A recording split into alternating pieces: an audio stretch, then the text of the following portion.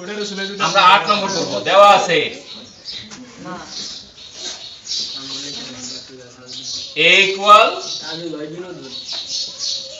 cosec theta minus 1 এবং b equal cosec theta plus 1। এরপরে আমাদের কি দেওয়া আছে a square plus b equal 4। এটা যদি হয় তাহলে থিটা এর মান নির্ণয় করো। ঠিক আছে, তাহলে দেখো তো a এর জায়গায় a এর মান বসায় দাও। আমাদের a এর মান ছিল cosec থিটা মাইনাস 1, এর উপর যেহেতু স্কয়ার আছে তাই স্কয়ার দাও, প্লাস b এর মান কি ছিল cosec থিটা প্লাস 1, এরপরে কি আছে ইকুয়াল 4। দেখো তো এটা কিসের সূত্র পড়ছে a minus b whole square. তাহলে a মাইনাস b হোল স্কয়ারের সূত্র হচ্ছে a square minus 2 a b plus b square plus এখানে আছে হলো cosec theta plus 1 equal 4। cosec square theta এটা যদি গুণ করে দেই 2 আর 1 গুণ করলে 2 হয় cosec থিটা, তাই না? প্লাস 1 এর উপর স্কয়ার দিলে 1 হয় না, প্লাস এখানে আছে হলো cosec theta plus 1 equal 4। cosec square theta minus 2 cosec theta, এখানে আছে প্লাস cosec থিটা, তার মানে দুইটা cosec থিটা থেকে যদি প্লাস একটা বাদ দেই তাহলে মাইনাস একটা cosec থিটা থাকে না, তো লিখবো যে মাইনাস cosec থিটা।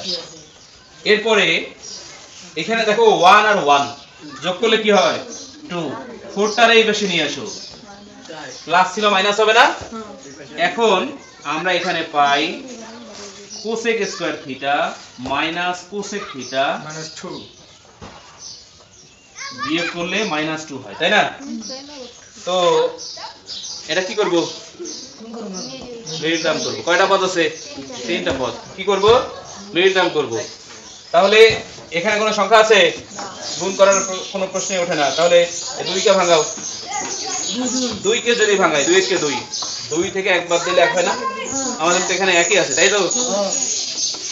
তাহলে আমরা লিখি cosec square theta minus 2 cosec theta plus একটা cosec থিটা মাইনাস 2 ইকুয়াল 0, তাই না? বা এই দুইটা পদ থেকে আমরা কমন নিব cosec থিটা, তাহলে দুইটা থেকে একটা কমন গেলে আর একটা cosec থিটা এখানে থাকে না, মাইনাস cosec থিটা কমন গেলে কি থাকে 2 প্লাস এই দুইটা পদের মধ্যে কোনো মিল আছে না থাকলে 1 কমন নাও, তাহলে cosec থিটা মাইনাস 2 ইকুয়াল 0।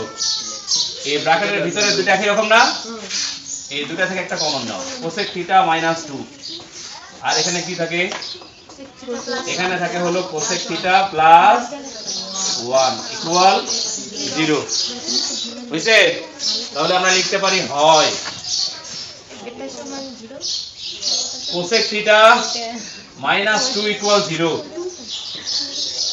অথবা cosec থিটা প্লাস 1 ইকুয়াল 0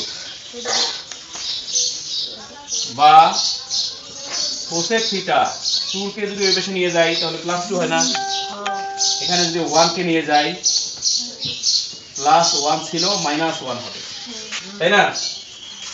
মাইনাসটা একটু বড় করে দেই, মাইনাস 1 হবে। এবার দেখো তো cosec কত ডিগ্রির মান 2?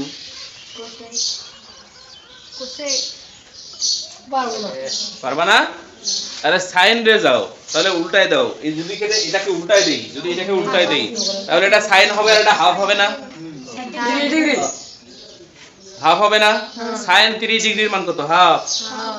তাহলে ওটাকে উল্টাই দিলে দেখো হাফ মানে উপরে 2 যায় নিচে 1 হয় না, 1 এ তো দাম নাই, তার মানে cosec 30 ডিগ্রির মান হচ্ছে 2। cosec 30 ডিগ্রির মান cosec theta equal cosec 30 degree. দুই পাশ থেকে কোসেক বাদ দাও, তাহলে থিটা ইকুয়াল কত ডিগ্রি হয়? 30 ডিগ্রি। 30 ডিগ্রি। আচ্ছা এইখানে আসো তো, আমরা যে চার্টটা পড়ছিলাম মুখস্থ করছিলাম সেখানে মাইনাস কোনো মান ছিল ছিল না, তাই না? তাই এটা গ্রহণযোগ্য নয়। এটা কি গ্রহণযোগ্য? গ্রহণযোগ্য নহে। তাহলে থিটার মান বের করতে বলছে, আমরা কিন্তু থিটার মান বের করে ফেললাম। লিখবো যে অতএব নির্ণেয় মান থিটা ইকুয়াল 30 ডিগ্রি। ঠিক আছে?